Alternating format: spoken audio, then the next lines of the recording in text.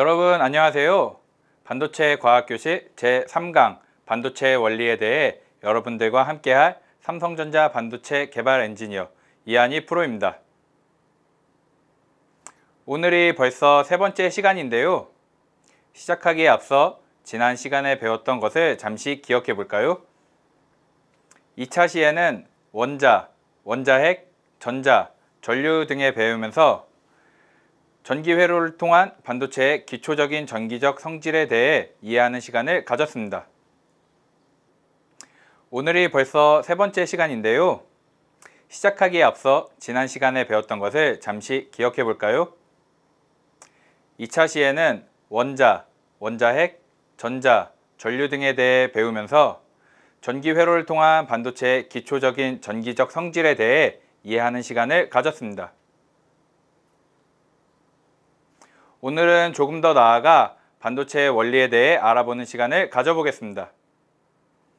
반도체의 원리를 이해하기 위해서는 반도체가 무엇으로 만들어졌는지를 알아볼 필요가 있습니다. 먼저 영상을 함께 보시죠.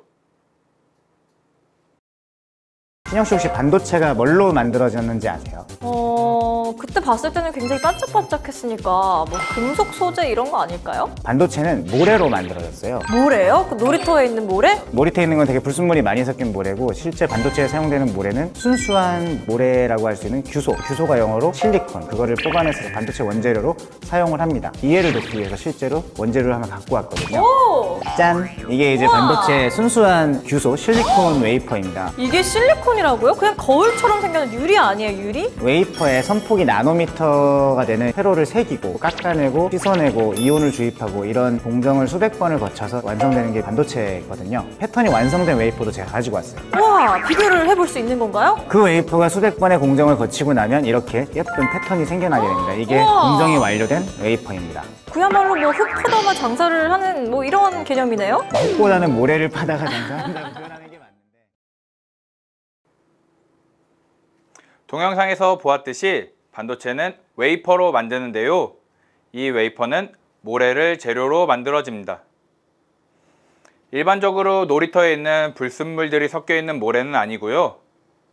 순수한 성분의 모래인 규소라는 것으로 웨이퍼를 만듭니다. 이 순수한 성분의 모래인 규소를 실리콘이라고 부른답니다. 정리하면 모래에서 불순물을 모두 제거한 순수한 규소, 실리콘을 이용해서 웨이퍼를 만들고 그 웨이퍼로 반도체를 만드는 거죠. 웨이퍼가 모래이며 규소라는 이야기인데 조금 더 자세히 살펴볼까요? 지각을 이루는 물질의 구성 중 두 번째로 많은 규소는 돌과 모래에서 얼마든지 찾을 수 있어 매장량이 풍부하답니다. 그런 만큼 규소는 구하기 쉽고 가격이 저렴하고 열에도 강합니다. 특히 반도체를 만드는 과정, 공정이라고 말하는데요. 반도체 제작 공정 중에서 웨이퍼의 표면을 보호하고 안정화하며 불순물 제거 등의 역할을 하는 패시베이션 레이어라는 것을 형성하기 쉽기 때문에 규소를 주 원료로 하고 있습니다. 반도체는 크게 P형 반도체와 N형 반도체가 있습니다. P형 반도체는 순수한 반도체에 특정 불순물 3족 원소를 추가하여 전공, 즉 구멍의 수를 증가시킨 반도체를 말합니다. 즉 전자의 수가 하나 부족한 상태가 되는 것이지요.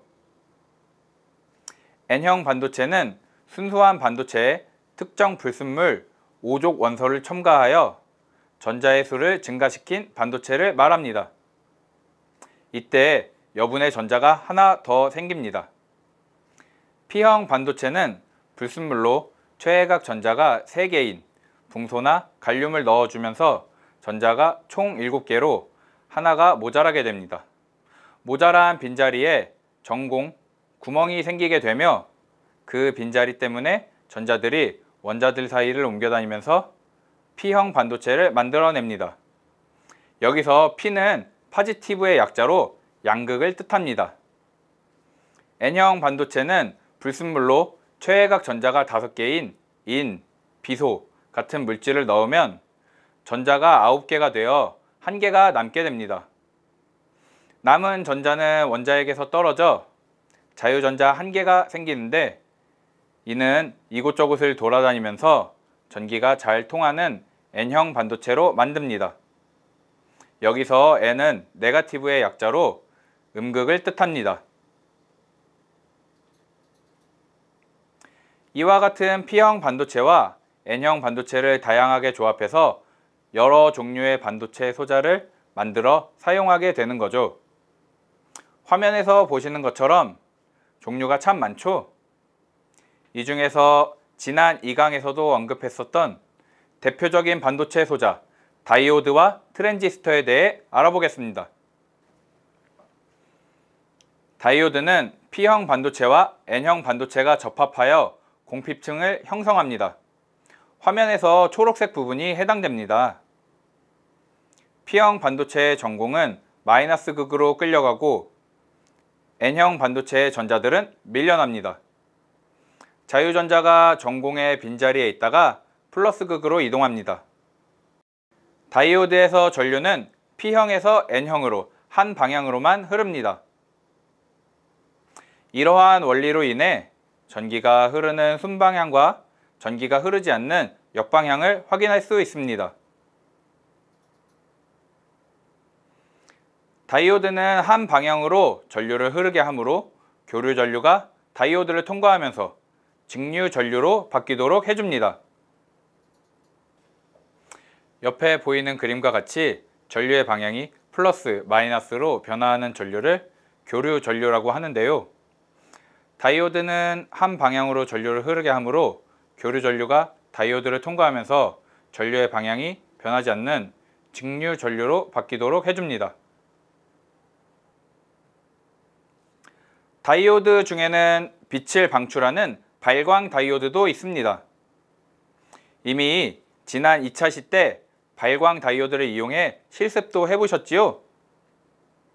실제로 발광 다이오드는 전구, 헤드라이트, 모니터 등 우리의 실생활에 많이 이용되고 있답니다. 지금까지 다이오드에 대해 살펴보았는데요. 이제부터는 트랜지스터에 대해 이야기해 보려고 합니다. 트랜지스터는 스위치 작용과 증폭 작용을 합니다. 이미터에서 베이스 쪽으로 나가는 전류가 특정 값 이하가 되면 컬렉터로 전류가 흐르지 않게 만드는 스위치 작용이 있고요. 또 베이스 쪽에 흐른 전류가 증폭되어서 컬렉터 쪽으로 나가게 되는 증폭 작용도 하게 됩니다. 보시는 것처럼 마이크로 전류를 흘려주면 이것이 증폭되어 스피커를 통해 훨씬 큰 전류가 나오게 됩니다. 다음은 스위치 작용 그림인데요. 전지 플러스 극과 P형 반도체가 연결되면 전류가 흐를 수 있는 순 방향이라 하고, 마찬가지로 마이너스 극과 N형 반도체가 연결되면 또 순 방향이라고 합니다. 그런데 왼쪽 그림처럼 반대로 마이너스 극과 P형 반도체가 연결되면 역방향이라고 하는데, 이 경우 마이너스 극에서 나온 전자가 P형의 전공과 만나서 더 이상 나아갈 수 없게 됩니다. 그래서 전자가 계속 가지 못하고 막혀서 전류가 흐르지 못합니다. 이렇게 회로의 순방향과 역방향 연결이 모두 있으면 전류가 흐를 수 없습니다. 그래서 오른쪽 그림처럼 트랜지스터는 가운데 N형 반도체에 회로를 하나 더 연결하고 전원을 하나 더 넣어주어 전압이 보다 작은 추가 전원을 넣어주면 양쪽에서 순방향 연결이 만들어지면서 전류의 흐름이 생깁니다. 이렇게 추가 전원 쪽에 작은 전류를 흘려 보내줌으로써 전원 쪽에 큰 전류를 만들어냅니다. 추가 전원 쪽 회로의 연결을 통해 전체적인 전류를 만들거나 없앨 수 있어서 이것을 스위치라고 합니다. 그럼 여기서 퀴즈 하나 같이 풀어볼까요? 이것은 다이오드 회로 모형인데요. 왼쪽 문제부터 P형 반도체에는 무슨 극, N형 반도체에는 무슨 극을 연결하면 회로에 전류가 흐른다. 여기서 각각 무슨 극일까요?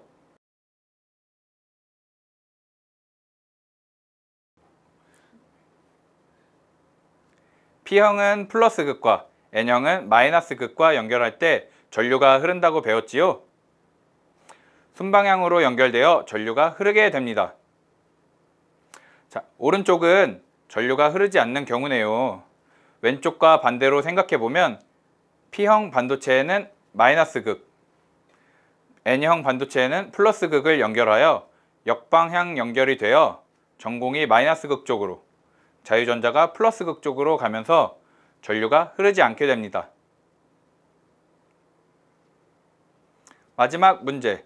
다이오드는 한쪽 방향으로만 전류를 흐르게 하여 무엇을 무엇으로 바꾼다. 여기서 무엇은? 네, 맞습니다. 다이오드는 교류를 직류로 바꿔주죠. 자, 여러분, 오늘은 어떠셨나요? 이제 조금씩 반도체에 대해 이해가 되시나요?